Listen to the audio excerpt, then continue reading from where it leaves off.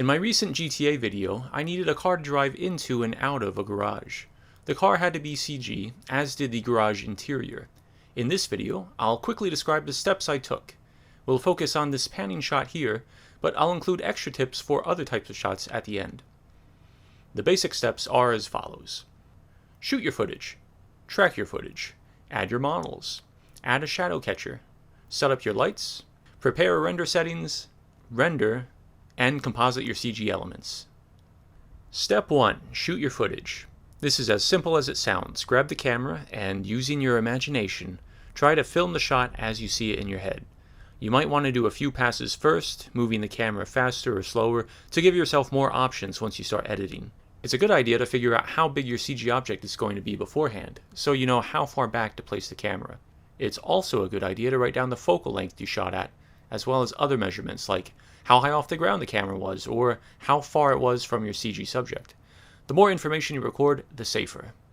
Also, make sure there are enough things in the shot that can be tracked. If there aren't, add markers. These can be super professional looking or cheap as heck. All that matters is that they do the job. Step 2. Track your footage. This is either going to be easy or a massive pain in the ass. Usually it comes down to experience, so the more you practice, the easier it will get. I did the tracking on this shot in After Effects. This video from Nico of Corridor Digital explains the After Effects tracking process.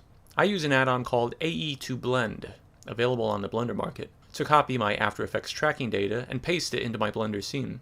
If you want to do the tracking inside Blender, Ian Hubert has a video here, which you've probably already seen. But what if my camera isn't actually moving, you say? Even better, you can skip the tracking and either place your 3D camera manually by just guessing where it should be, or by using a program like F-Spy, which takes some of the guesswork out of it. This is where those measurements you took while shooting come in handy. Step 3. Add models. Import your models into the scene and make sure everything is the right size. If you don't have to animate them, great. If you do, then do that. If you're animating a car, you might want to look into Blaze Raider's car rig add-on. I'm basically a complete noob when it comes to animating, but his rig was easy to use, produced good results, and didn't take long to learn. I highly recommend checking it out. I'm not paid to say that, but I wish I was, because I'm fucking broke. Step 4. Add shadow catcher. Turn your ground plane into a shadow catcher. Make sure its roughness value matches the ground in your footage.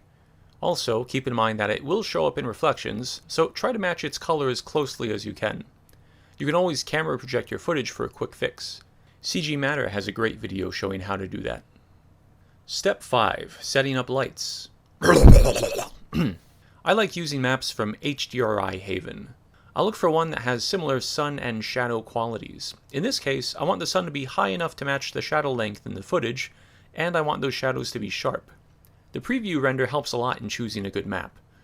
I'm also looking at the overall colors to make sure they aren't too different from the environment in my footage. If necessary, you can always add geometry to your scene to block out anything in the map that you don't want showing up. Quick tip, if your renders are noisy when rendering with HDRIs, go into the World tab and set the map resolution to something higher than default, like 4096 or 4097. This will clean up your renders and probably even allow you to use fewer samples. I save this value in my default Blender scene. Step 6. Render settings and passes. If you want, you can just render the whole thing in one pass, but if you have a more complex scene, you may decide to render elements in separate passes to make compositing more flexible. In this shot, I decided to render a shadow pass and a car pass. Usually I would also render the garage as a separate pass, since it needed more samples to render to a clean result.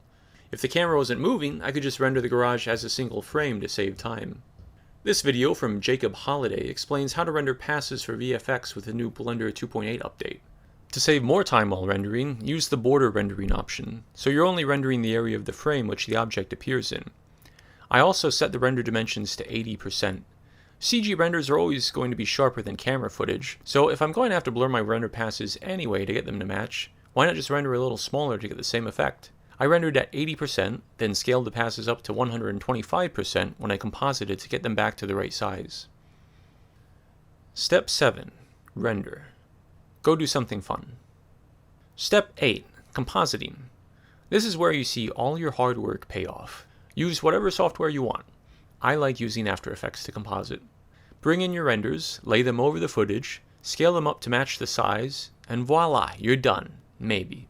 If you rendered in passes, you have a little more flexibility when it comes to tweaking stuff. Do the shadows look too weak?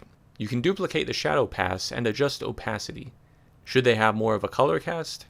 Use a curves or levels adjustment to change the color. From there you can use whatever other compositing tricks you want. Add a Z-depth, add some lens flares, go nuts. Bonus tips: adding light influencers. If your model gets close to something in your footage, besides the ground, you might need to add a CG stand-in for that physical thing, since it would probably either be casting a shadow or bouncing light, or both, onto your CG model. The bigger and closer it is, the more important this is to do. Scans from footage. If you didn't get a scan while on location, but really wish you had, you could try running your footage through photogrammetry software. Daniel Hashimoto, creator of the Action Movie Kids videos, recently demonstrated this technique on his Twitter page. Give it a shot. Multiple HDRI maps.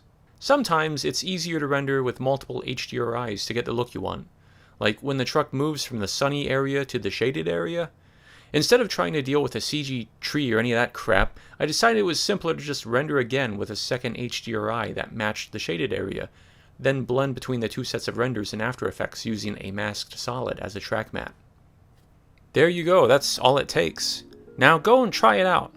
Put a monster truck in your driveway and post it on Facebook. Go on, show your ex-girlfriend she made the wrong decision.